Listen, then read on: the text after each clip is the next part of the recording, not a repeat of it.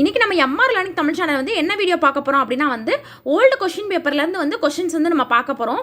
Old question பேப்பர்லேருந்து வந்து நம்ம questions பார்க்குறது ரொம்ப ரொம்ப இம்பார்ட்டன்ட். டிஎன்பிசி டெட் எக்ஸாம் எல்லாத்துக்கும் வந்து இது ரொம்ப ரொம்ப யூஸ்ஃபுல்லாக இருக்கும்.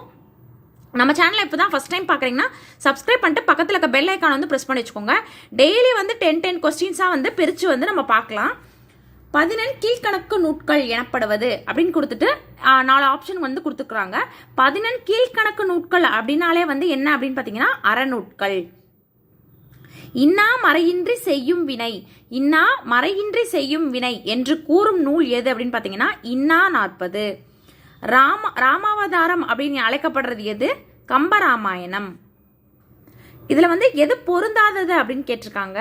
கம்பர் தேரெழுந்தூர், அந்த சடையப்பர் அப்படின்றது வந்து திருவெண்ணைநல்லூர், தமிழுக்கு கதி அப்படின்றது வந்து திருக்குறளும் கம்பராமாயணமும். இது எல்லாமே வந்து சரியானது.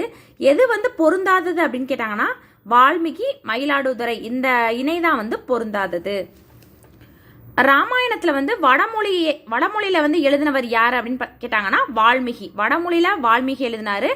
ராமாயணத்தை வந்து தமிழ்ல தான் வந்து கம்பர் வந்து எழுதியிருக்கிறாரு.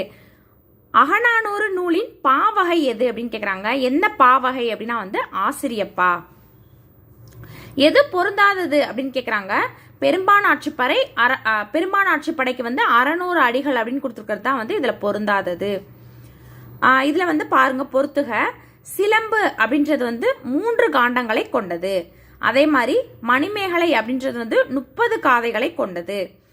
சீவக சிந்தாமணியில் வந்து 13 இளம்பகங்கள் வந்து இருக்கு. வளையாபதியில 72 செய்யுள்கள் இருக்கு. இதுலேயே வந்து 4 கொஸ்டின் வந்து நம்ம தெரிஞ்சுக்கிட்ட மாதிரி. சிலப்பதிகாரத்தில் 3 காண்டங்களும் 30 காதைகளும் இருக்கு அப்படின்னு தெரியும்.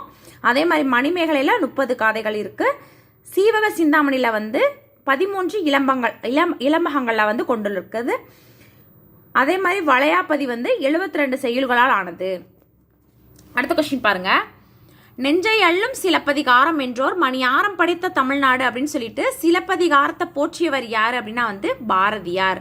நெஞ்சை அள்ளும் சிலப்பதிகாரம் இதை வந்து யார் சொல்லியிருப்பாங்க? பாரதியார் வந்து சொல்லியிருப்பாரு. அடுத்தது கிறிஸ்தவ சமய கலைக்களஞ்சியம் என அழைக்கப்படுவது எது அப்படின்னு பார்த்தீங்கன்னா தேம்பாவணி.